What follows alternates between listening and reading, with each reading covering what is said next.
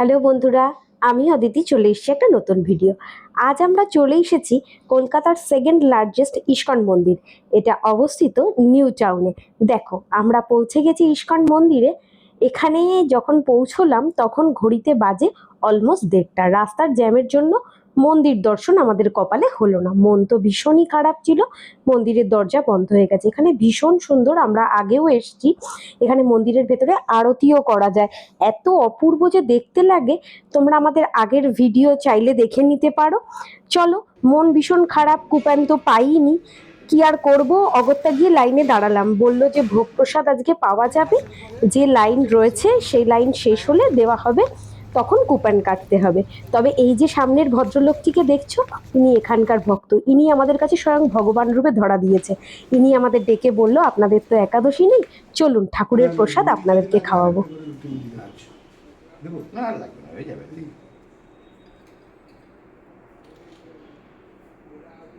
আপনাদের খুব ভাগ্য, মহাপ্রসাদ পাওয়া যায়, বুকিং হয়ে যায় পুরো। আজকে একাদশী বলে আপনারা ভগবানের কৃপা আছে। হরে কৃষ্ণ, হরে কৃষ্ণ। মহাপ্রসাদ পেতে পারেন। চলো, টাউনের ইস্কন মন্দিরে অনেকটা লেট হয়ে গেছে রাস্তার জ্যামের জন্য। ভাবছিলাম বোধহয় প্রসাদই পাবো না, তার মধ্যে শুনছি এসে আজ একাদশী, মেন যে ভোগটা দেওয়া হয় ভক্তদের জন্য কুপন কেটে, সেটা তো পেলাম না, কারণ কুপন উঠে গেছে। মন তো ভালোই খারাপ ছিল, বাট এত ভালো কপাল সেটা সত্যিই বুঝতে পারিনি। বোধহয় রাধা গোবিন্দর আশীর্বাদ না থাকলে সম্ভব না।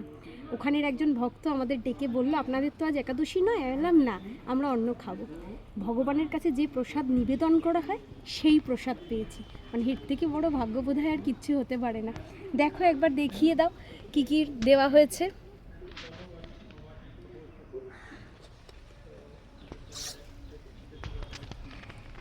আমরা প্রসাদ গ্রহণ করি, তোমরা ভিডিওটা দেখতে থাকো, পরে পুরোটা ঘুরে দেখাচ্ছি। চলো, প্রসাদ গ্রহণ করে চারদিকটা তোমাদের একবার ঘুরে দেখাই। আর আমি বড় ভিডিও লিঙ্কটা পুরনো, মানে জাস্ট 1 বছর আগেই এসেছিলাম, সেটাও তোমাদের দিয়ে দিচ্ছি, চাইলে তোমরা ভিজিট করে নিতে পারো।